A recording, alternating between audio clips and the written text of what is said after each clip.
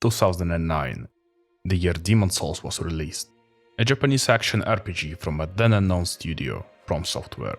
Hi, by the way. Everyone described Demon's Souls as a gift for old school fans, a game that teaches you to fight and overcome hardships. Many saw this game as a breath of fresh air, something unique and groundbreaking in a stagnant gaming industry that was slowly turning more casual. And all of this was absolutely true. The game strongly resembled those classic RPGs from the early 2000s. You know, those games that didn't hold your hand, but instead gave you the tools to face the world, and then left you on your own, which gave them tremendous freedom for self-exploration. Demon's Souls beautifully delivered those exact feelings, and essentially marked the rise of Miyazaki as a mainstream game designer, known around the globe. I have already made a video about Bloodborne, another creation from Miyazaki's twisted imagination. But unlike Demon's Souls, Bloodborne was a creation born at a time when the unstoppable hype train of From Software was already in full acceleration, with each of their new releases eagerly awaited by players worldwide. But what was the starting point? How and why did the hype around Souls-like game begin? Why are Miyazaki and From Software household names known by practically every gamer today? The root cause of all this hype, and the exact starting point, was the first Dark Souls. And that's precisely what I wanted to talk about today. When I sat down to write the script for this video, I decided first to check out what other players think about the game. To be honest, I haven't seen so many people calling the game magnum opus and the absolute best Souls-like ever made by From Software, except maybe when discussing Bloodborne. But you and I both know perfectly well that all these talks are complete bullshit, because the best Souls-like, while indeed created by From Software, had absolutely nothing to do with Miyazaki's genius. By the way, speaking of Dark Souls 2, in my previous video I mentioned that I still haven't managed to force myself to give this game a proper chance. But in the comments under that video, quite a few people gathered, asking me to try it out, suggesting strategies on how not to ruin my life and stuff like that. And alright, I'm absolutely down to do it, but on one condition. Right now I'm preparing a video on a slightly different topic. However, for a symbolic 200 likes on this video, I will immediately drop everything I'm doing and dive straight into Dark Souls 2. No saves coming, no cheese, just a pure, concentrated playthrough, exactly as it was originally intended. And naturally I'll make a video about it, just like this one and the Bloodborne one. Do we have a deal?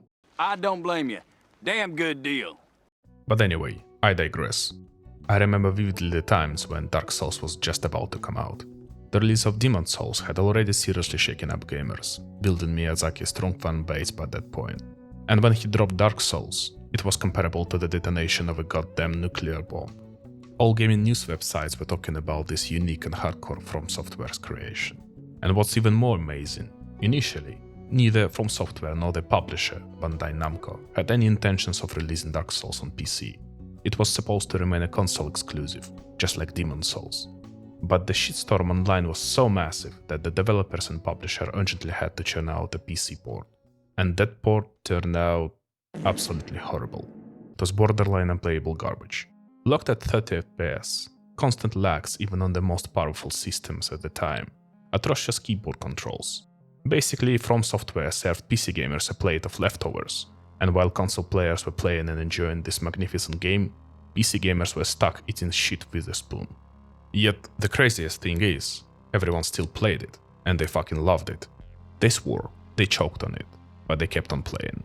I wouldn't be surprised if some people genuinely thought that the shitty controls and awful optimization were another of Miyazaki's brilliant ideas to increase game's difficulty. And right at this moment, that money-making machine truly kicked off. Today, let's talk about the birth of this legend, the part recognized by many as an absolute best in the Dark Souls series. And I will simply share my emotions and explain why I love this game with all my heart. And I will also answer the most important question: is this game still good today? And one important note: I didn't just play the vanilla version of the game. As you probably know, Dark Souls got a remaster, which in my opinion is absolutely fantastic. From Software fixed FPS issues, delivered some beautiful textures, and overall just made it look damn nice. I love this remaster and I wholeheartedly recommend experiencing this great game through it. Now, without further ado, let's dive into the incredible world of the very first Dark Souls.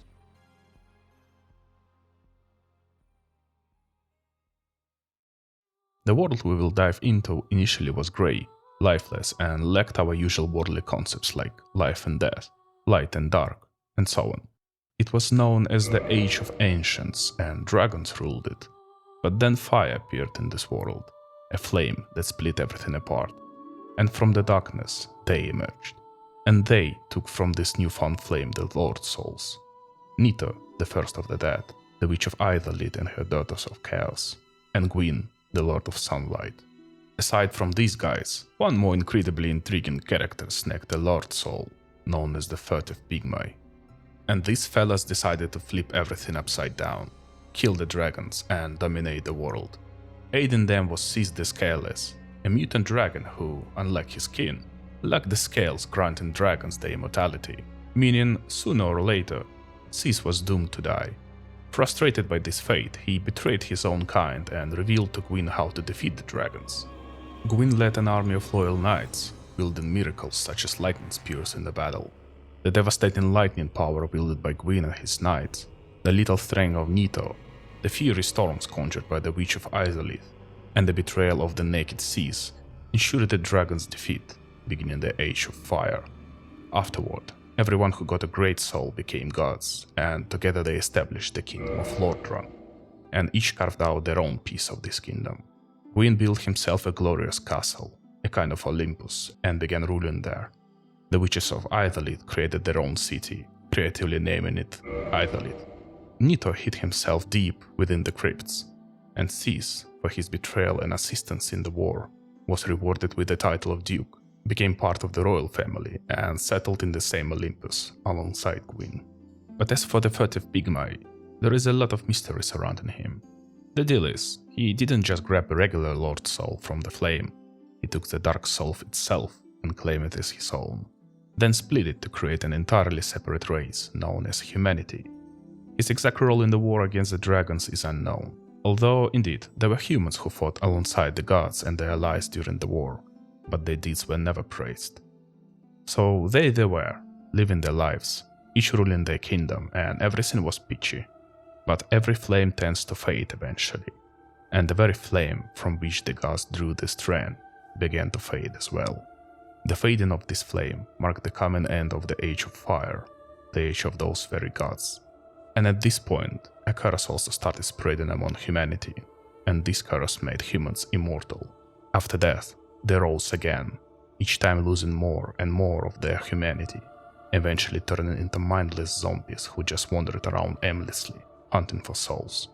And when this pandemic started, all the undead were simply shoved in the godforsaken places to rot away in their eternal immortality. And that's how the first Dark Souls kick off. Much more detail about the characters and the world will be revealed as we progress through our journey. Our journey begins in one of these godforsaken places, the Northern Undead Asylum. We are rotting away in a cell where we, like all other undead, are supposed to rot until the end of time. But fate has other plans for us today. We are rescued by an unknown knight who tosses a corpse down into our cell, conveniently carrying the key. Oh, how convenient. From this moment, control finally shifts to us. In our hand we discover only the hilt of a sword, which is pretty useless for now. Moving on, we encounter the local big shot, and he's not alone. Soon enough we arm ourselves with a proper sword and a shield, and eventually meet our savior. Unfortunately, he encountered an enemy on the roof and didn't survive the fight. Before dying, he tells us the legend about a chosen undead who must leave the undead asylum, ring the bell of awakening, and discover their destiny. Right after, we meet our very first boss again, the Asylum Demon, a slow and extremely easy enemy, after fighting whom I suddenly realized where Elden Ring's R3 avatars got their moveset from. They are literally identical, except this guy is much slower. By the way, here is another important thing to mention. We play as a so-called Hollow, an undead who hasn't fully lost their mind yet. With each death, we resurrect and become increasingly hollow. Honestly, it's a very well thought out concept that neatly explains why we, and most enemies, come back after dying. Unlike many other games that just copied Dark Souls mechanics without much thought, having defeated our first relatively serious opponent, there is only one thing left for us to do: approach the edge of a cliff, where we are already awaited.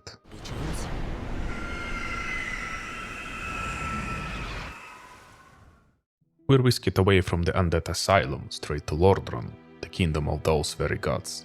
We'll land right in the Defiling Shrine. A sort of a hub area, a cozy place to catch your breath. There is also this guy, the crestfallen warrior, who sarcastically mocks us while offering vague directions and bit of advice about where to go and what to do next. According to him, our current task is pretty straightforward. The way of the undead involves ringing a bell that should open the path to a place called Sands Fortress. But there is a catch. The bell isn't just one bell, there are two, and we must ring both. During the conversation, he also mentions that we are not the first ones to come here looking for the fate of the undead, but we'll talk more about that later. And so we begin our journey towards our first bell, located in the Undead Parish. An Undead Parish is essentially a tutorial area filled with weak mobs that literally die in almost one hit. But to make sure life isn't pure sweetness and honey, there are a few tricks up its sleeve, like a dragon that flies around and spits painfully hot flames, or a couple of mini-bosses who, thankfully, can be backstabbed quite easily. All these challenges, however, can be easily skipped. So, if you're playing for the first time and you are not very confident in your skills, you can run straight through Undead Parish without much trouble. And Undead Parish itself is our first really large location in the game, although after Elden Ring, talking about scale in Dark Souls feels a bit ridiculous. But god damn it, if you play Dark Souls now, you won't even feel like the game is small at all. Of course, one immediate thing that you notice, there is only one bonfire for the entire Undead Parish. In Elden Ring, each castle would have at least 3 bonfires, but here, there is only one. Overall, about 4 shortcuts lead back to the single bonfire, gradually unlocked as you explore. You literally memorize the roads to this bonfire by heart and can easily map out the path from any point in the location. And as for the bosses, first up with the Taurus Demon, a massive creature that we fight on a ridiculously narrow section of a wall. Fortunately, there is a classic exploit, as old as time itself, allowing you to take out a huge chunk of its health or even kill it outright. Its movement is slow, and if you stick close to it, the chance of it hitting you is greatly reduced. Right after defeating Taurus Demon, we meet a certain character named Solaire of Astora, who probably needs no introduction. He's just a really nice guy who'll help you multiple times throughout your journey. He has also managed to become a meme and an absolute icon, not only of the first Dark Souls, but arguably the entire series. After our meeting with Solaire, the next challenge on our way to the Bell are the Bell Gargoyles. And those gargoyles represent a real skill check for newbie soulslike enjoyers. From all the feedback I've heard online and from friends who played the game, the gargoyles serve as a clear dividing line. Players either cross this line and become hopelessly hooked on the game, or they get stuck here, completely unsure of what to do next. In a way, it's like the local version of Genichiro Ashina from Sekiro, though honestly those gargoyles aren't even remotely close to that level. It's during this gargoyles fight that we introduced to another game mechanic, summoning phantoms who can either be NPCs or other real players. And honestly, many players, including myself during my first playthrough, managed to defeat the gargoyles precisely by summoning our good friend, Solaire. In reality, this is where the brilliant game design of the first Dark Souls truly shines, and I'm not being ironic here at all. Even my dearly beloved games like Sekiro, Bloodborne and Dark Souls 3, they don't even come close to the first Dark Souls. The first Dark Souls is absolutely fair to you. It doesn't throw at you bosses with single frame attacks that you dodge purely by luck. It very rarely restricts you in any way, and that includes your build choices as well. And the Bell Gargoyles are probably the best example to demonstrate this fairness. Yes, as a last resort, the game lets you summon Solaire, who can pretty much solo shot those gargoyles for you. But even if you're the hardcore type who rejects all these mechanics that real people mind you pour their soul into and work overtime for, you still are not limited in any way before the gargoyles, especially when it comes to weapon upgrades. Even without any complex strats or hunting down some broken super weapons, without farming those OP-like knight weapons right at the start of the game, you can pick up the regular ass claymore, upgrade it to +2, and deal this much damage to the gargoyles. That's a lot of damage! And that's right at the start of the game, without exploits, magic or any consumables. In general, looking at statistics, the majority of my viewers are age 25 and older. And let me remind you, at this age, people usually have other problems in life than memorizing boss attack patterns and running back several minutes for each retry. That's precisely why I'm not a big fan of the soulslike community, honestly speaking. God forbid you dare summon a phantom for a boss fight, use Mimic Tier or fail to defeat a boss at Souls level 1 with your bare fists, without dodging, playing blindfolded on the goddamn dance mat. There is always at least one smartass in the comments, ready to tell you that you're doing it wrong, playing wrong, that you defeated the boss wrong, and basically that everything you ever done in your life is wrong, according to his holy standards. Therefore, my friends, don't listen to other people's opinion about how to properly play Souls-like games. If you feel like you don't want to waste days retrying a boss, just summon help.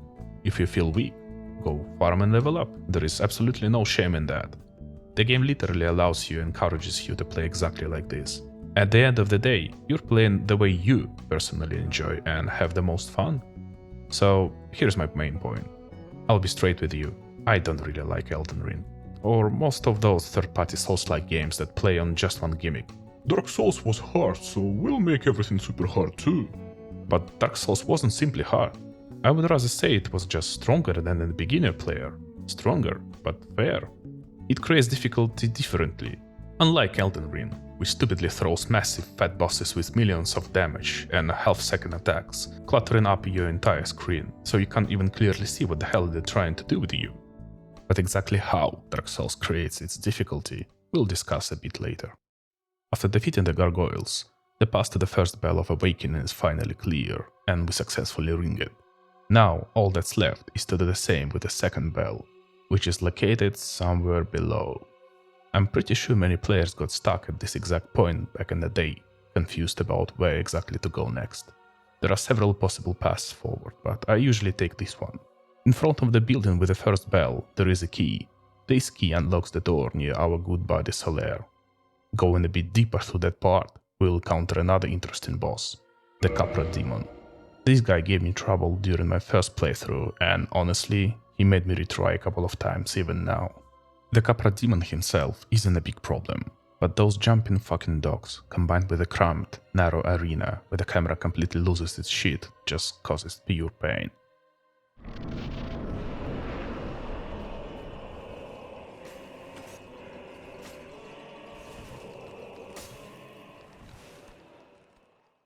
After defeating him, we grab a key from his corpse, opening the way to the area that I usually lovingly call First Shithole.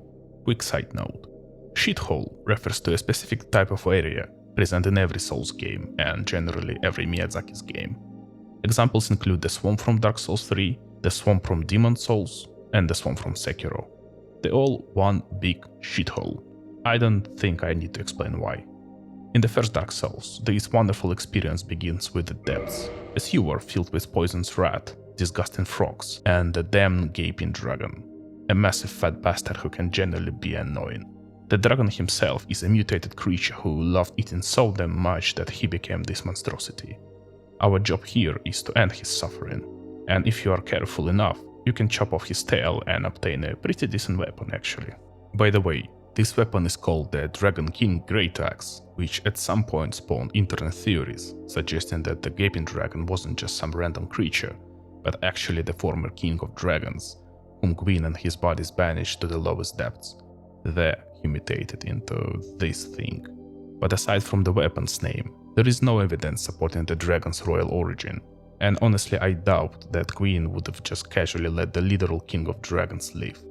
Aside from this weapon, we also get the key leading us into Blight Town, and if the depths were just the suburbs of the shithole, then Blight Town itself is truly the concentrated, genuine shithole.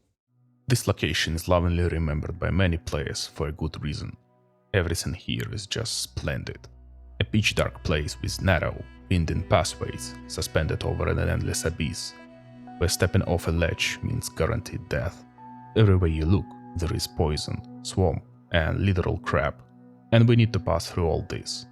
Of course, the more times you replay Dark Souls, the easier Blight Town gets, but even on your 100th run, expect some brand new bullshit every single time. Blight Town itself was originally a mining town, inhabited by absolute bums. And on top of that, an epidemic broke out, leading authorities to seal the town behind a massive gate. The key to this gate was somehow swallowed by the Gaping Dragon later. And I emphasize in Blight Town so strongly because this place is another perfect example of how Miyazaki clearly has something seriously wrong in his head. It's not just because the area is dark, convoluted and full of disgusting enemies. No. Imagine this scenario. You descend into sewers. It's dark, cramped, those smelly poisonous rats are pissing you off, and you have no idea where to go. Then you defeat the area's boss, thinking, thank God, that's finally over. Time to get back up the bright, open area. Well, instead, Miyazaki hands you an even darker, even more twisted and disgusting location. Even the in-game filter instantly loses its shit upon entering, as if going completely insane at how awful this place is. Combine that with the fact that upon release, FPS here could literally be counted on one hand, and visibility was about 5 meters at best, and you'll quickly understand why Blighttown earned legendary status among the fanbase. But let's move on. After traversing this swamp of literal shit and avoiding stone-throwing assholes, we enter a huge web-filled chamber where she awaits. Chaos Witch Gwynevere. Smash. A bit of lore here. As I mentioned earlier, at some point, the first flame started fading. While everyone else panicked and lost their mind, the Witch of Izalith decided to artificially recreate this flame. And she paid a hefty price. She accidentally created the Chaos Flame, which consumed all of Izalith and spawned demons. The Taurus demon we fought earlier, for instance, came straight from Izalith when the Chaos Flame went out of control. Gwynevere herself is one of the Witch of Izalith's daughters. She fled from Izalith with her sister when the city was engulfed by Chaos Flame. Unfortunately, they were not fully spared from mutations, transforming their lower bodies into gigantic spiders. The boss herself is weird. She's not extremely hot, but calling her easy wouldn't feel right either, especially considering the contrast in difficulty compared to Blighttown itself. She has one nasty attack that almost one-shots you if you are careless. Also, she constantly spits lava, reshaping the area and forcing you to adapt. If you use target lock a lot, you're definitely stepping into the lava more than once, no matter how good your memory is. But overall, Gwynevere isn't extraordinary. She's just your average, moderately challenging boss. After defeating Gwynevere, behind an illusionary wall, we find her sister, known as the Fair Lady, who is now worshipped by infected locals. Right there, very close by, we also finally discover the second bell, ringing it with great satisfaction. And that's it. We officially fulfilled the first part of the chosen undead prophecy. With both bells ringing, the gates to Sen's fortress open up, conveniently located back in Undead Parish. And now we're gonna trek all the way back to Firelink Shrine through all this scattered bullshit, again. And believe me, that's just the tip of the iceberg. Let me share a funny little story with you. In the first Dark Souls, you don't get fast travel for the first half of the game. Yes, we are slowly approaching the point where we will unlock it, but that's beside the point.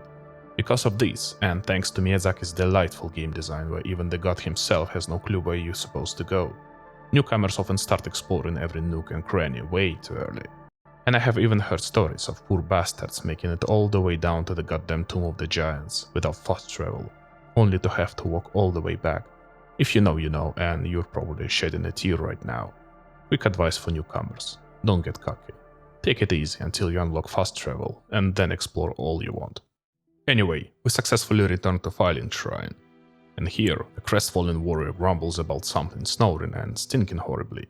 Turns out it's Kingseeker Front, a primordial serpent. Honestly, this snake bastard always creeped me out in every single playthrough, and I never quite figured out who or what he really is. The only vaguely known fact, and even that's questionable, is that he's somehow connected to dragons, maybe even an incomplete dragon himself, but who knows for sure. Front fills us in on the main plot, which I will quickly explain to you. Originally, dragons ruled the world until Gwyn and his friends kicked their asses. The Age of Fire began, but eventually the undead curse appeared and the flame began fading. Everybody panicked because a dying flame meant the end of the world. Gwyn heroically sacrificed himself to keep the flame alive. But that happened around 1,000 years ago, and now Gwyn needs help. The help of the chosen undead. Some random schmuck with the undead mark who rises from zero to hero, rings both bells and rekindles the flame, just like Gwyn did. To accomplish this, we need the Lord Vessel, the pass to which we unlock by ringing the bells. So now it's time to head into Sen's fortress to find the vessel and save the world. And in my humble opinion, Sen's fortress is one of the nastiest locations in the game. Packed with traps, narrow corridors, lizards that barely take damage, and constant bombardment, it's just pure hell. If you also miss the hidden bonfire near the end, I fully understand anyone who dropped the game right here. Lore-wise, this fortress was built by the gods to guard the passage to Anor Londo and test any uninvited guests. It's also in Sen's fortress that we first encounter the beloved mimics, monsters disguised as treasure chests, now iconic in the Souls series. Any clueless newbie approaching one, expecting sweet loot, instead gets a chunk beaten out of their ass. But let's continue onward, taking revenge along the way on the asshole who's been tossing those fucking nuclear bombs at us, which literally made my headphones lose their goddamn mind. Just beyond the next door, the final boss of this area awaits us, the Iron Golem. And honestly, this guy is pretty pathetic. Somehow he managed to knock me off the edge on my first attempt, but then, amusingly enough, on my second try, he himself decided to take a flying leap off the fortress. Karma is a bitch, you know. After this fight, some friendly neighborhood gargoyles appear, and kindly fly us straight into Anor, also occasionally known as Anor Londo. Yes, that very Olympus-like city that Gwyn built after his victory over the dragons, and the one we have reached all on our own, despite being just a worthless undead bump. The moment I first arrived here, I literally had my jaw on the floor. And it's not just because of how visually stunning the city is, it's because of how long the game marinates and prepares us for this moment. By this point, the player feels pretty confident, after all we have been through, after all the shit we've endured, after all the victories we've achieved. Heh, Miyazaki sends his regards. And Anor Rodeo, ladies and gentlemen. A place filled to the brim with white assassins. A place where those previously challenging gargoyles have become mere common mobs. A location packed with Gwyn's elite forces, the Silver Knights. Still, I think it's fair to say that this is one of the best, if not the best location in the game. It's a gorgeous, monster-sized city.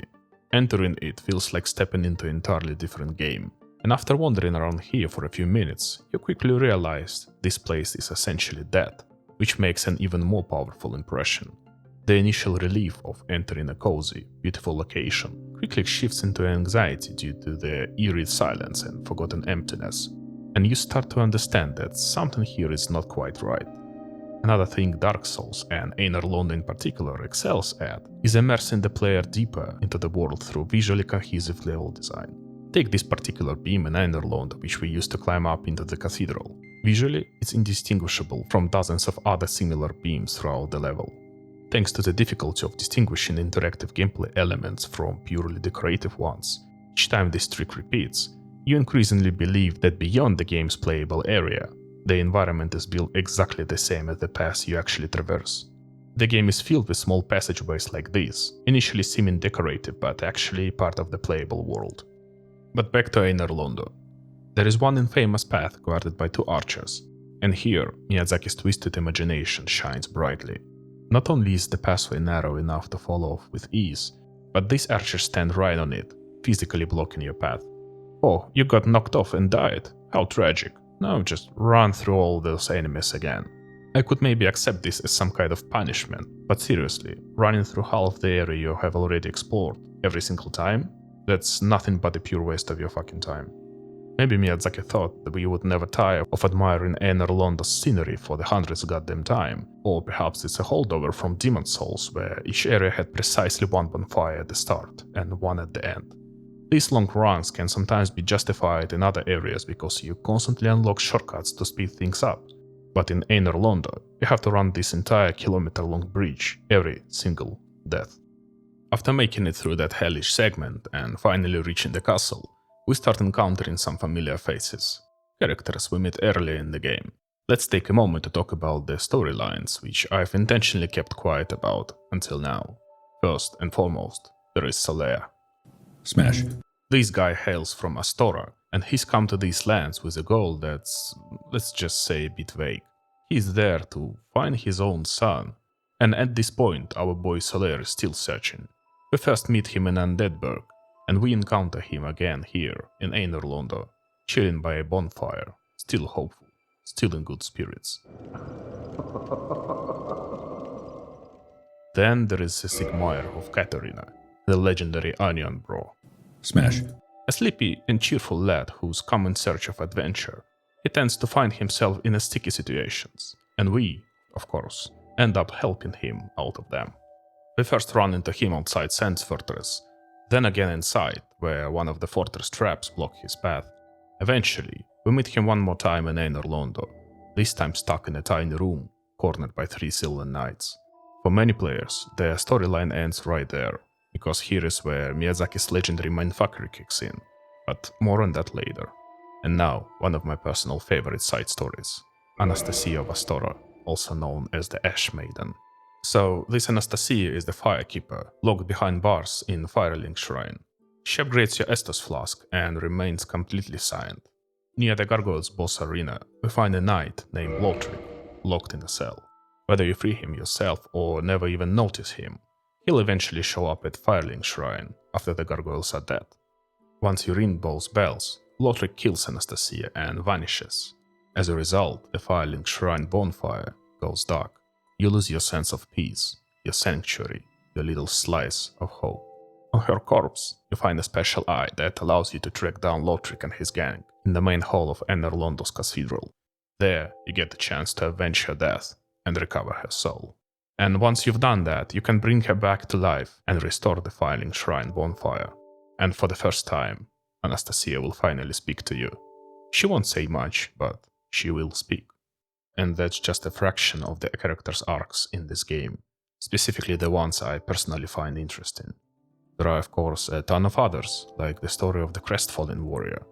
He's the guy who realized how utterly worthless he is and slowly went insane. After you ring the 2 bells and Frump shows up in the Firelink Shrine, he, someone who once tried to walk the same path as you, completely loses all hope. He gives up entirely and turns hollow. You can even find what's left of him, his mindless, hollowed out shell, in the area directly below Firelink Shrine, where he went before finally losing it. And so, we make it all the way through Anor Londo, and now we stand before them, the next major gatekeeper in the first Dark Souls. The boss fight that, back in the day, stopped a ridiculous number of players dead in their tracks. Dragon Slayer Ornstein and Executioner Smough, 2 key figures in the divine hierarchy and Gwyn's elite inner circle of badasses. Ornstein is the leader of Gwyn's 4 knights, his most elite warriors who distinguished themselves above all others. Ornstein in particular was a true dragon-slaying machine during the Great War, earning him the title Dragon Slayer. Next to him stands Executioner Smough, also an incredibly strong warrior, and one who desperately wanted to join Gwyn's elite knights. But, well, let's just say he had a bit of a problem. The guy was a goddamn cannibal. He used to grind the bones of defeated enemies and sprinkle them into his meals. That little hobby of his ultimately buried him from joining the top brass. And by now, I'm sure you have all heard a million times how this duo is one of the most infamous fights in the game, and how they function perfectly as a team, and how they are a nightmare for the new players. But honestly, just like with the Gargoyles, most of the challenge comes from the player shooting themselves in the foot. During my first playthrough, this fight wrecked me. I died over and over at least 30 minutes, walking into the arena like it was my damn daily job. But on my second playthrough, much easier. These two work together frighteningly well, and trying to face them in close quarters is basically a suicide. The key is to maintain your distance. Bait Ornstein into lunging, land 1-2 hits, and repeat. Keep it clean, stay calm, stick to the rhythm. In my case, I took out Ornstein first. Then Smough, being a true bro, ate his partner, absorbed his strength, and still died pretty fast. Again, everything about this fight is fair. The mechanics, the tools, the options. You are not being lied to. The game is upfront with you. And during my second playthrough I realized the boss I once thought was unbeatable is actually just a stun-locked champ that goes down in under 30 seconds. After taking down the twisted duo of twins, we finally reach Gwynevere, Gwyn's daughter, sitting there with the Lord Vessel, waiting for the chosen undead to arrive. Smash. She hands over the Lord Vessel, granting us the long-awaited fast travel. And right about then, I started wondering where the hell to go next. To unlock the path forward, we need to give the Lord Vessel to Frump. But in the original Dark Souls there are actually 2 secret paths. Unfortunately, you can only unlock 1 per your playthrough. And let me tell you about the other paths I decided to skip this time. Besides Frump, there is another primordial serpent in this world, Darkstalker Kaz. To meet him, you've got to pull off a pretty convoluted road. After getting the Lord Vessel, head to Darkroot Garden, defeat the boss in that arena, and snag its ring. that ring lets you enter the abyss where you killed another boss. And if you haven't already handed the vessel to Frompt, that's where you encounter Cass. He will reveal that the chosen undead is actually a descendant of that nearly forgotten furtive pygmy. His true purpose is to extinguish the flame and end the Age of the Gods and usher in a new era, the Age of Darkness, the Age of Humanity. And that's why Gwyn planted agents everywhere, like Frompt for instance, to steer us toward rekindling the flame instead. In essence, prolonging the Age of Fire keeps the gods in power and humanity subjugated. But that's against the natural order. The Age of Fire must give way to the Age of Darkness. But neither Frompt nor Cass are exactly altruistic. They each have their own agenda. But whichever serpent you side with, they both lead you to the Firing Altar, where Gwyn himself watches over the dying flame. To reach him, you must fill the Lord vessel with the great souls you've collected from Gwyn, Nito, and the Witch of Izalith. But remember, Gwyn, in gratitude, gave Seath the Scaleless a fragment of his soul, and that's why Seath is waiting for you in Anor Londo. And don't forget the Four Kings, the ancient rulers of man, each of whom Gwyn also entrusted with a shard of his soul. Collecting all these souls is your current objective. So it's only logical that our next target is Gwynevere herself. What a twist! After Gwyn abandoned his throne, everyone deserted Anor Londo, except Seath and Smough. Gwynevere was nothing but an illusion, conjured by Gwyndolin, Gwyn's younger, deformed son. Ornstein too may actually be an illusion here. The fate of the real Ornstein only unfolds in Dark Souls 3. Well, even the sun in Anor Londo isn't real. Once you slay the illusion of Gwynevere, Gwyndolin freaks out. How dare you ruin the show? And attacks you. His fight is nothing special. He has 3 basic attacks and mostly runs away, strafing around. But there is a bonfire placed directly before his boss arena. The first time I saw it I thought, wow, Miyazaki's being generous, no long runbacks. So that was a fucking lie. But if you die to him, even if you rested at that very bonfire, you respawn at the very first bonfire in the entire level. And to reach Gwyndolin again, you have to trek through the entire location all over again. All over narrow walkways, rooftop assassins, twisting the bridge twice. Miyazaki is a fucking sadist, what can I say? So I do not recommend dying to him. Better watch a guide before you enter that arena. Seriously, no joke. Oh, and Gwyn had a firstborn son as well, his heir, who doesn't appear in this game, but shows up in the third one. After beating Gwyndolin, I made my way straight to the Seath the Scaleless. Just a quick reminder, Gwyn made Seath a duke and gave him an entire palace to rule over, where the Scaleless bastard started dabbing in his twisted experiments. And once you step into the Seath domain, you're immediately greeted by the freak show results of those experiments. Crystallized humans, lizard man, and some kind of weird jellyfish-looking creatures. Basically a full-on lineup of grotesque mutants. Take your pick, there is something for everyone. And there is a fun theory that I want to mention here. In Anor Londo you can find the entrance to the secret location, the painted world of Ariamis. It's a pretty small area, but damn, it's atmospheric and interesting as hell. I actually really like this place, and honestly consider it one of the best zones in the game. It's like this concentrated essence of everything I love about the first Dark Souls. Visually distinct, backed by some deep and mysterious lore. Its structure is a bit confusing but not overwhelmingly so, and it also ends with a weird, unorthodox boss. You get here by touching a painting and boom, you're sucked into the whole world full of mutated hollows and all kind of freaks. And now here is the theory. This entire world is basically Seath the Scaleless dumpster. A trash heap where he threw away all the crap and failed experiments he didn't want cluttering up his lab. And the boss of this place? Crossbreed Priscilla, and there are a lot of theories surrounding her too. Most people agree she's some kind of genetically modified human, another of Seath's experiments gone slightly right. Others believe that Seath went behind Gwyn's back and had himself a little, let's call it a private affair with Gwyn's daughter, Gwynevere. And boom, out pops Priscilla. So the best parents in the world decide to toss their love child into Seath's reject bin, aka the painted world, and lock the door behind her.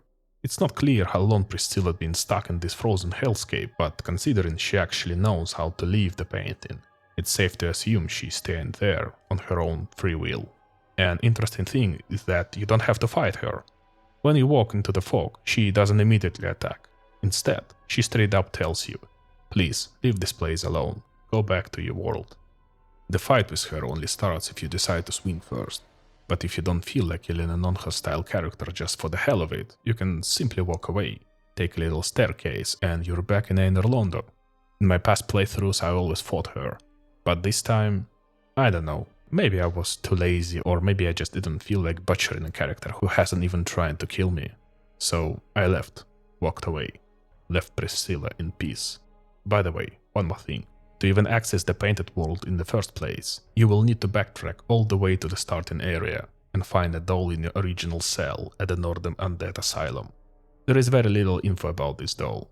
More theories suggest it belonged to Priscilla, but how the hell it ended up in the Northern Undead Asylum and what the Black Knights were doing there in the first place is anyone's guess. But anyway, back to this. What were these experiments really about? Well, they all stemmed from one thing, his raging inferiority complex. While all his dragon brothers were these badass, immortal juggernauts with impenetrable scales, Seath was, well, a naked loser. Literally. So, his entire body of work, every experiment, was an attempt to compensate for his lack of scales and create immortality for himself. Basically, he was trying to recreate that legendary dragon scale armor, but using crystals instead. He tried to synthesize artificial scales, artificial dragons, you name it. Full-on crystal biotech madness. And when we finally face him for the first time, we get our asses handed to us. It's a scripted death, no shame in that. You wake up in prison like some kind of medieval lab rat. But don't worry, you break out pretty fast, slaughter your way through this Naked Duke's archives, and eventually reach the Crystal Cave, where Seath found his key to immortality. Now, I still don't fully understand how exactly it works, but apparently there is this special little crystal that makes Seath immortal and turns him into a legit threat, and all it takes to undo that immortality is good old boink on the crystal. Once it's shattered, you can methodically hack off whatever is left of Seath and finish him off. By the way, you can also cut off his tail to get a really solid weapon, but for some reason, this bastard kept swiping his tail away from me every damn time, and eventually I just said screw it and gave up. Now a quick note about the boss fight itself. Seath, on his own, is honestly kind of mediocre boss. Sure, he got a few annoying attacks, but the real challenge here is getting to the damn boss room in the first place. The Crystal Cave is without a doubt a visually stunning location. But this is also where Miyazaki decided to flex his evil genius again and threw in those fucking invisible paths. They do shimmer a bit so you can spot them, like, sort of. But trust me, you're gonna fall to your death. More than once, even. And every time you do, you will have to run that entire cursed path all over again. And if you start dying to the boss itself too, and believe me, that's definitely on the table, then get ready for a wonderful, rage-filled experience comparable only to that lovely section with the archers in Anor Londo. Next, I decided to head into the Catacombs to eventually kill Gravelord Nito. Now Nito is a real one. Because look, when it comes to the other lords with the great souls, you can dig up entire damn encyclopedias about their domains, their post-Dragon War drama, what they were up to, how they fell from grace, and all that jazz. But you know what Nito did after beating the dragons? He built himself a crypt, crawled into the deepest part of it, laying down in a coffin, and took a nap. That's it. And then we showed up and stabbed him. The end. On the way to him, you've got two areas to go through. The Catacombs themselves and the Tomb of the Giants. The first one is exactly what it says on the tin. Catacombs, crypts, full of Nito skeleton fan club. There is only one thing worth talking about here. The boss you fight before Nito. Pinwheel. A little bit of backstory. At some point, the whole damn cult popped up. The goal was to quietly siphon power from Nito while he was off snoring in the grave. They figured he was wasting his power anyway and wanted to use it to take over Lordran, then wipe out the other gods too. And the ringleader was all good Pinwheel, the clown we absolutely humiliate. No point even talking about the fight itself. This guy is a total pushover who can't do shit. But after you stomp him, you move into a zone I genuinely don't even know how to describe. I've played almost every Miyazaki game out there, and I swear, I have never in my life seen a place as suffocating as the Tomb of the Giants. I honestly think that while they were developing the first Dark Souls, no one was supervising Miyazaki and his twisted imagination went completely off the rails. And once he came back to his sense in the later games, I'm positive they never let him go that far again. Where do I even start? First off, you can't see a goddamn thing, like literally nothing. The only hints at where you're supposed to go are these tiny glowing pebbles. And if you're lucky, no, unlucky, like me, and the damn necromancers in the Catacombs didn't drop the lantern, then oh boy, you're in for one hell of a ride. But here is where I have to respect Miyazaki. His sense of humor is brutal. A bit deeper into the level, you meet one of the series' unofficial mascot, Patches, the hyena. This little shit lures you in by pointing out some treasure down below, and then kicks your ass right into the pit. And if you are not using guides and just playing normally, that pit is where you'll find your very first item that actually helps light the way, in the middle of the fucking zone. Of course, I gave Patches a proper ass whooping for that stunt, but the betrayal stunt, man. And on top of pitch black darkness, the area also blesses us with its enemy lineup, giant skeletons and my favorite, skeleton dogs. I have always had a special relationship with dogs in Miyazaki games, but these ones, they are straight up nightmare fuel to me. What's funny is that every time you replay Dark Souls, you keep discovering stuff you completely missed before. For example, I had already finished the game twice, and I had no damn idea there is a second bonfire in this hellhole. And running from that one to the boss is just slightly less painful than from the first. This whole area is just pure stress, so you can relax for even a second. And when the darkness finally cleared right before the boss fight, I felt this indescribable wave of relief. And finally, at the end of this nightmare, you face your target, Gravelord Nito. This boss can be a serious pain if you spend the whole fight running around the arena trying to kill his minions. Throw in a really annoying run back from the bonfire and you've got yourself a top tier bullshit boss experience. But honestly, it's not that bad. If you just grab a decent shield and shove yourself right up in the Nito's face, the whole thing becomes much easier. He will keep spamming his AoE attack over and over, which also kills his own skeletons. And if you time in your blocks right, you can barely take any damage, and meanwhile, you're right in his face, chopping away his health bar. So what can I say to wrap it up? Let's just say that, after I finally beat Nito, I walked back to Firelink Shrine with pure joy and deep sigh of relief that this nightmare was finally over. My next target was none other than the Witch of Izalith herself. Honestly, the whole Izalith story kinda reminds me of the Tower of Babel. People decided to act bold, build a tower to reach the heavens and challenge God, and they were punished for that. Same thing here. The Witch of Izalith got greedy for the first flame itself. This thing of unimaginable power, the very force that turned them into gods in the first place. And then came the Chaos Flame. The demons born from its spread began crawling out and infecting the land surrounding Izalith. Gwyn, in response, sent his Silver Knights to hold the line and to protect those lands from the corruption. But the fights were brutal, and the knights were twisted by it, burned, broken, blackened by the chaos. That's how we ended up with the Black Knights. You see them all over the game, even back in your starting cell in that asylum, they are guarding the way in. Why they're there? Hard to say. Maybe it's because of that demon locked up in the asylum, or maybe they were sent for you, but showed up just a bit too late. Overall, this whole area is kind of a mixed bag. On one hand, I like it. It's spacious, sort of beautiful in its own Scotch hell kind of a way, but on the other hand, the developers really went overboard here. Former bosses have been downgraded to regular enemies and just tossed around everywhere like candy. And if that wasn't enough, we meet a really intriguing boss in here, Ceaseless Discharge.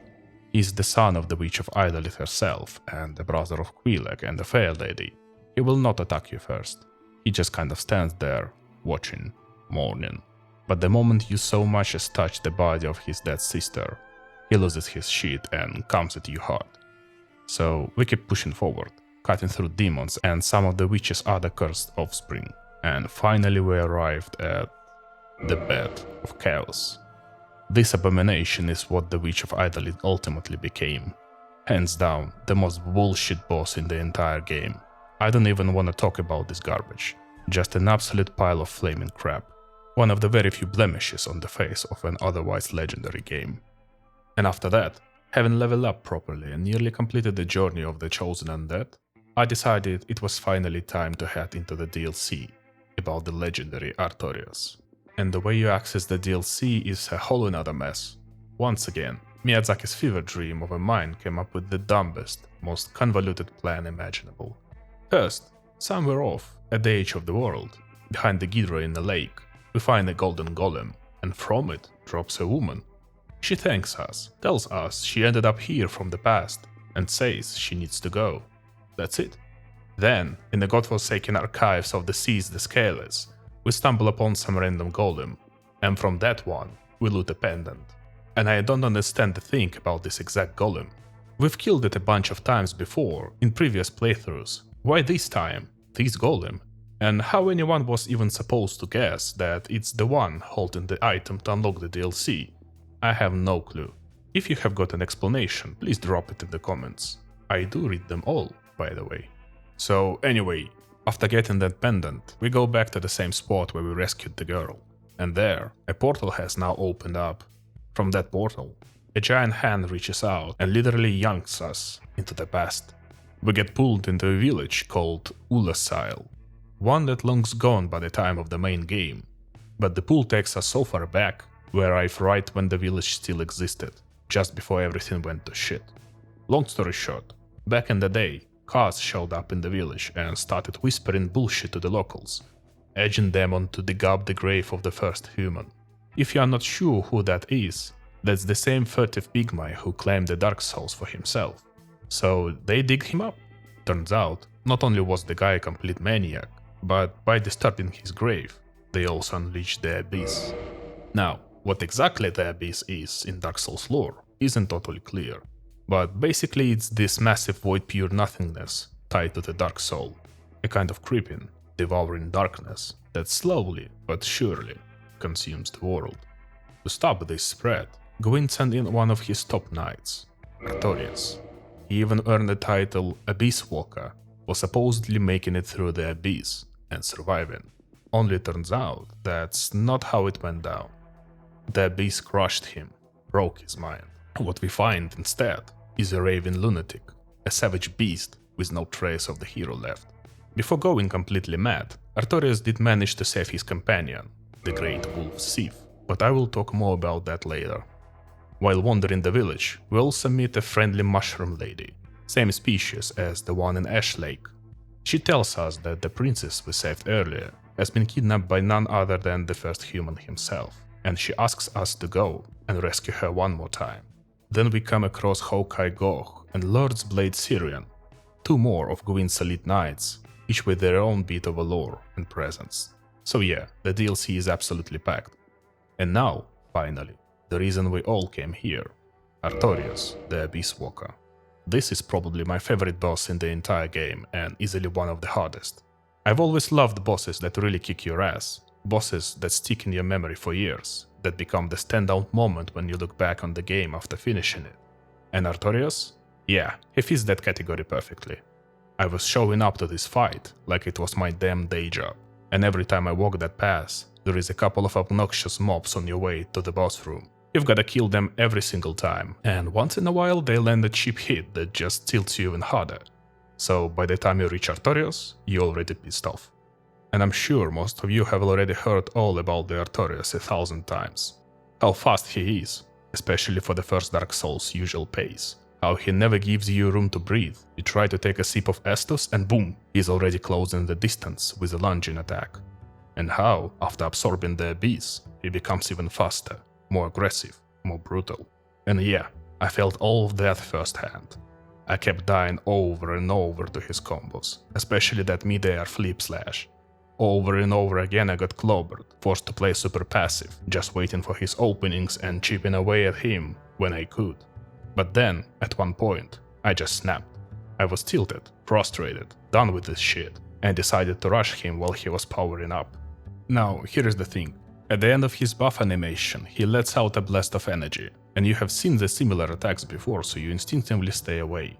But, if you land a few solid hits while he is powering up, you can actually interrupt the entire phase transition, which means he doesn't go turbo mode. And if you keep him in a phase 1, he becomes much more manageable. So I tried that, and suddenly, the impossible boss became just another obstacle. Still, to be fair, it's a damn good fight, one of the best in the entire game, if not the best. After defeating Artorias, Siaran shows up in the arena. Judging by her behavior and the way she speaks, she was clearly very close to him. And then, she asks for his soul. After that, I decided to stroll through the forest again, and run into the Black Dragon Calamite. who straight up one-shot me. That didn't sit right with me, so I ran off and complained to Goh. The dude casually pulls out his bow and shoots the dragon out of the sky. Absolute legend. After that, the fight was way easier. Calamit went down in 2 or 3 tries. And now for the main course.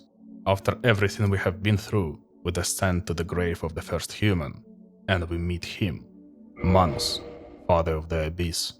This guy is the real deal. On the first playthrough, Manus can drop even skilled players to their knees. He's insanely fast, faster than Artorias, who already felt like a speed demon compared to the rest of the game. And Manus is just more relentless, more violent, more overwhelming. He has got a combo where if you miss dodging one hit, the rest of it lands like a fucking Amazon delivery free, fast and right into your face. He's tough, he's nasty, but as always, there are ways to beat him. Hell, if you really want to cheese him, you can just shoot him from the outside the arena with a bow, or do it legit.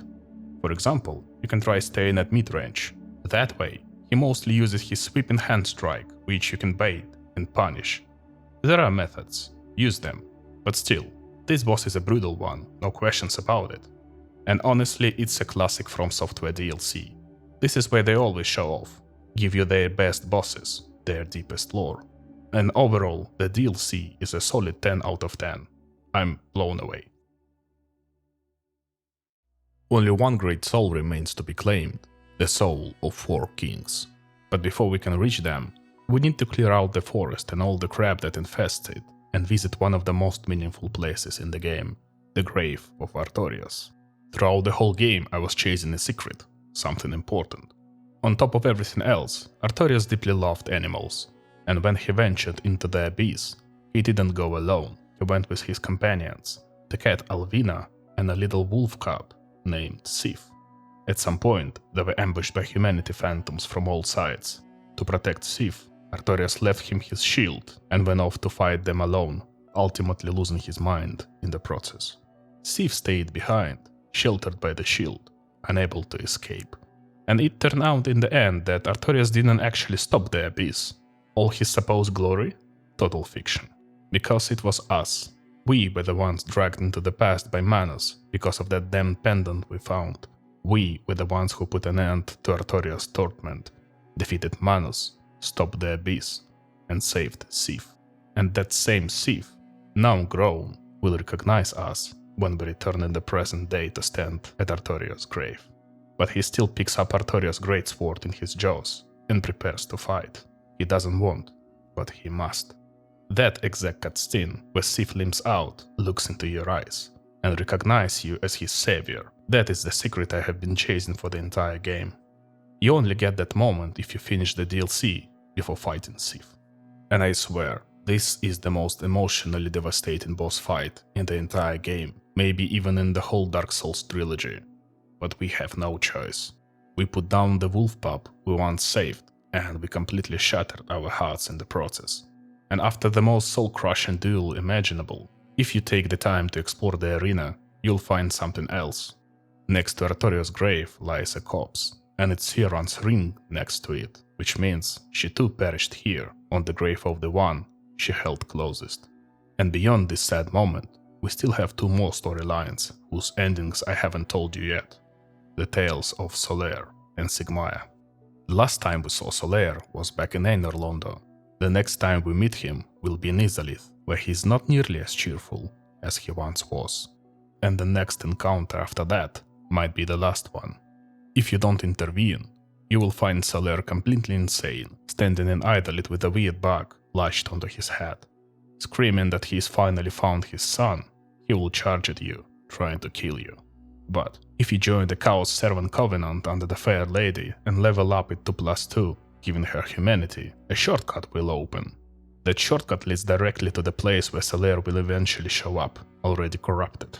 But if you get there early, you'll find the area swarming with those same parasites, sunlight maggots. Kill them all before he arrives. If you do that, Solaire will appear in the same spot, confused, broken, asking aloud where it is, where his son has gone.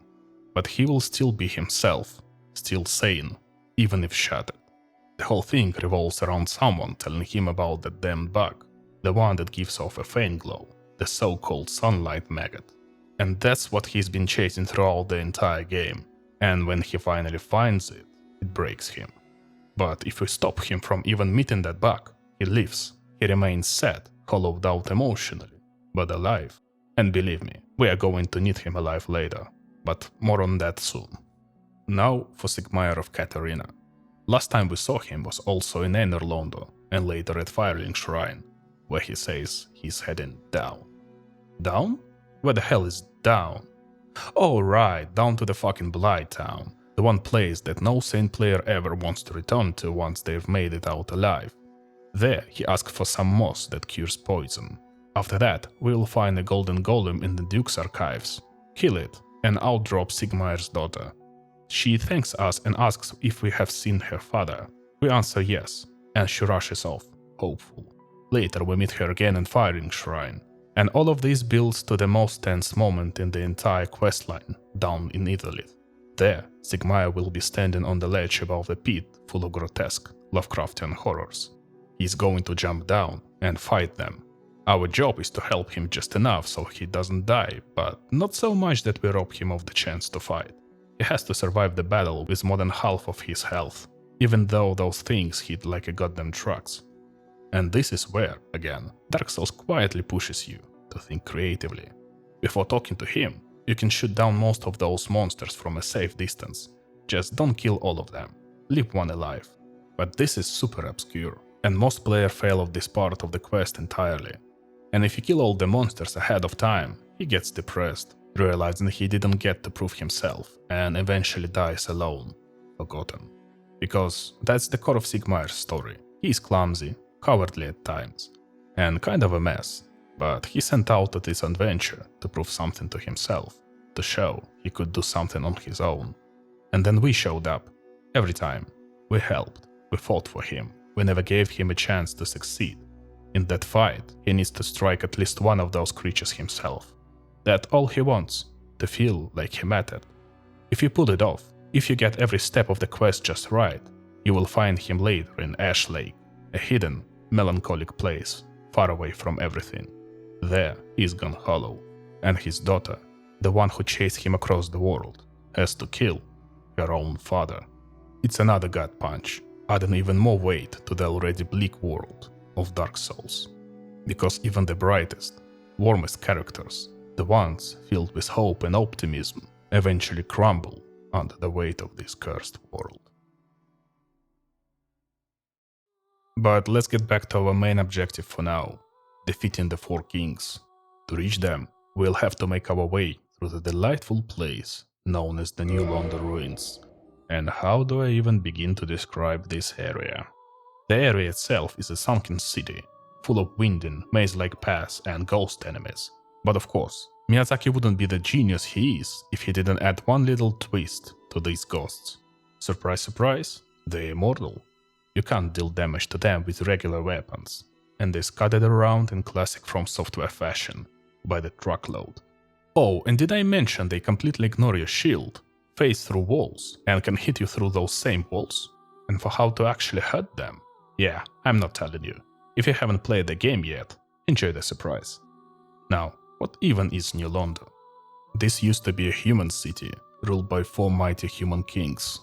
As I mentioned earlier, Gwyn, in a show of gratitude, or maybe just political strategy, gave them fragments of his own soul. And for a while, things seems to be going well. Until Darkstalker Kaz showed up and corrupted the lot of them. He taught them how to suck the humanity out of people using dark sorcery. That's when things started spiraling. It's still unclear whether the kings themselves caused the Abyss to appear, or if Kaz just decided to double down and also unleash the Abyss on them for his own fun. Either way, the Abyss began consuming New Londo. The local knights turned into dark wraith. The four kings themselves morphed into something unrecognizable. And the only way to stop it all was to flood the entire city, drowning everyone in it. That's why you find ghosts of the former residents haunting the ruins. What we need to do is to push through these ghosts, drain the floodwaters, and open the path that leads deeper into the Abyss itself, to the four kings. Apparently, this boss was balanced under the assumption that you would come here much earlier in the game, because when I showed up, they did laughable damage. At some point, realizing how little they were hurting me, I just stood there trading hits like an idiot. The key is to focus them down one at a time. If you let them all spawn at once, their damage stacks and it gets real ugly, real fast. Overall, the area and the boss are classic Miyazaki. Not the worst. But also, and let's be honest, neither the new Londo run nor the Four Kings fight are what I would call pleasant. And that's it, dear friends. We are at the end. We pour all the Lord souls into the Lord vessel, and the path to the kiln on the first flame opens before us. The path to the place where the flame itself was once born. And my god, it's stunning. Looking at this place, you can almost feel the sheer, primal scale of that original power. Everything covered in ash, painting the picture of a world that already lived out its time and is heading straight into oblivion, the death of the Age of Fire. But before we reach the final boss, if we have completed Solaire's questline to the end, we can find his summon sign near the entrance to the arena. Just like back in the fight with the gargoyles, we can summon our old friend one last time, to help us defeat the final boss of the game, to help us one more time. And so, at last, we come to him, the mad old man, doing everything in his power to keep his rule, clinging to what's left, trying to prevent the Age of Man, trying to stop us from taking the throne. Or is he? And that right there, that's the entire twisted beauty of Dark Souls story. It lies to you, it hides things, it makes you question everything. Did you ever notice that nearly everything we were told about Gwyn and his crew, his inner circle, his followers, his legend, turns out to be complete bullshit? The dragons, who were supposedly wiped out completely by Gwyn and the gang. Yeah, not really, they're still lurking here and there. And Calamite, who we meet in the DLC, was so damn terrified that even Anor Londo didn't dare to piss him off, according to Goh. Seriously? You completely wiped out the dragon race but couldn't deal with that one loser? And what about the story of Artorias? The legends say he walked through the abyss, conquered it. Total crap. Turns out we are the ones who walked through it, defeated Manus and saved Seath. We did all of that. Artorias fucked it all up, hard. I get it, the community loves him. Hell, I love this guy too, I'm in that fan club. But if we break it all down, the only genuinely bad thing he actually did was save Seath by giving up his shield. And the other glory? That's ours. They just gave him our credit so he wouldn't be a total failure. And honestly, that's just fucking beautiful. Then there is Goh. According to the lore, he was some evil bastard, hated by everyone, locked up and blinded by stealing his helmet with resin. And yet, when we talk to him, he turns out to be the kindest, most respectful character in the entire game. And if you really sit down and think about it, a lot of things just don't add up. Gwyn, terrified of the flame dying out, sacrifices himself to keep it alive, fearing the loss of power and control. But would Gwyn even do that? Let's remember, this is the same Gwyn who built an entire kingdom after slaying the dragons, and handed out shards of his soul like candy to those he respected and those who helped him. He wasn't stingy for power. He even gave a part of his soul to humans, the very beings he supposedly feared. Which is exactly why I agree with the idea that Gwyn wasn't some crazy old man, desperately clinging to his throne. I see him as an old king who just didn't know what would happen when the flame died. Maybe it really would be the end of the world. Maybe humans really are monsters, like the Four Kings who eventually betrayed Gwyn. Maybe Gwyn wasn't afraid of losing power. Maybe he feared what his kingdom and its people would lose. A kingdom he genuinely loved and wanted to see prosper. And so, here we are. We arrive with our loyal comrade Solaire to fight Gwyn, the Lord of Cinder. Despite being burned out and only wielding a shadow of his former strength, he is still damn powerful for a cheered up retiree. But honestly, even one-on-one he is not that tough. And with Solaire's help you can literally just stand to the side and watch our sunny friend beat the crap out of him without breaking a sweat. And after we beat him, the choice lies before us. Kindle the flame, or let it die and usher in the new age, the Age of Darkness. I chose to link the flame, prolonging the suffering of this dying world and interrupting the natural flow of things. Mostly because I had always picked the other ending, and I just wanted to see this one for once. But the most logical ending, just like Gwyn once overthrew the dragons and started the Age of Fire, we overthrow him and start the Age of Dark. the age of man. And even if that brings the apocalypse, and Gwyn was right all along, and the Age of Dark must be stopped, well, that's next generation's problem, and I'm sure they will figure it out. I will be honest with you, replaying the original Dark Souls again just reaffirmed what I already knew. It's a phenomenal game. But let's start with the downsides, since there are not nearly as many of those as there are positives. For better or worse, depends how you look at it, the bosses, with a few rare exceptions, aren't all that challenging. I've died more times to Malenia or Radagon in Elden Ring than I did across all the bosses in the first Dark Souls. But I will give credit where it's due. Manos and Artorias definitely gave me hell, and those fights were absolutely memorable. I really enjoyed them. As for the other negatives, some elements of the game design definitely feel dated to me. Mainly the long runbacks to bosses and the game's overall pacing. Now, don't get me wrong, I totally understand the people who prefer the slower, more deliberate tempo of the original Dark Souls over the frantic pace of something like Elden Ring. But honestly, sitting down to play Dark Souls in 2025, especially right after finishing Bloodborne, well yeah, I suffered a bit. I suffered from the sluggishness, from the fact that your character just stands there like a statue while drinking Estus, from the occasionally suffocating level design as well. But honestly, that's about it for the flaws of this amazing game. I could maybe nitpick the combat system, which feels neither here nor there to me. But even that's not really a flaw, it's just the part of the game's identity. Some people enjoy the slower hit, back off, wait for counterattack, go in again type of combat. Others, like me, prefer the light and fast flow of Sekiro or the elegant chaos of Bloodborne. To each their own, and I'm not here to judge anyone for what they like. And now let's move on to the good stuff.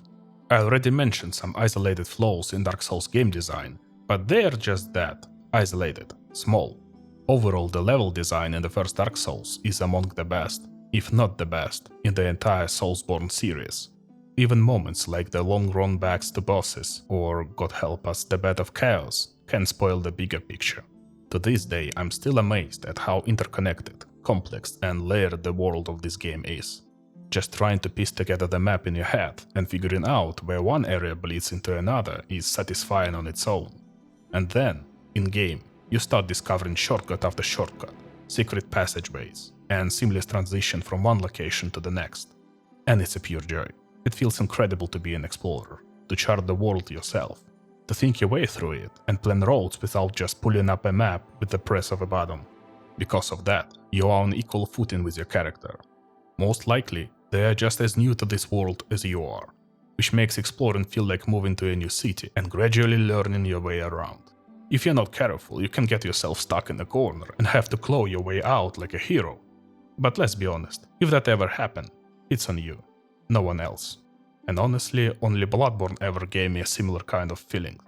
Not Dark Souls 3, not Sekiro, and definitely not Elden Ring, God forbid. None of them come close to offering the same kind of experience. And I also just need to mention the story. There has long been this belief that the Dark Souls series is storyless, that you will only grasp about 10% of what's going on if you just play through it normally. And you know what? I agree, that's how it is. But if you take the time to do something as boring as reading item descriptions, it all starts to click into place. And hey, if that's not your thing, you can always just binge watch Vati videos, fantastic videos, and have your brain absolutely blown. Oh, and one more thing I haven't mentioned yet, but absolutely should, is the music. It's phenomenal. Almost every main boss has their own unique theme, and some of them are just so damn good. I honestly wanted to tell the boss to hold off for a sec so I could just sit there and soak in the music without dodging swings. The overall sound design is top-notch too. For example, the clank of the blacksmith's hammer is permanently etched into my brain and soul.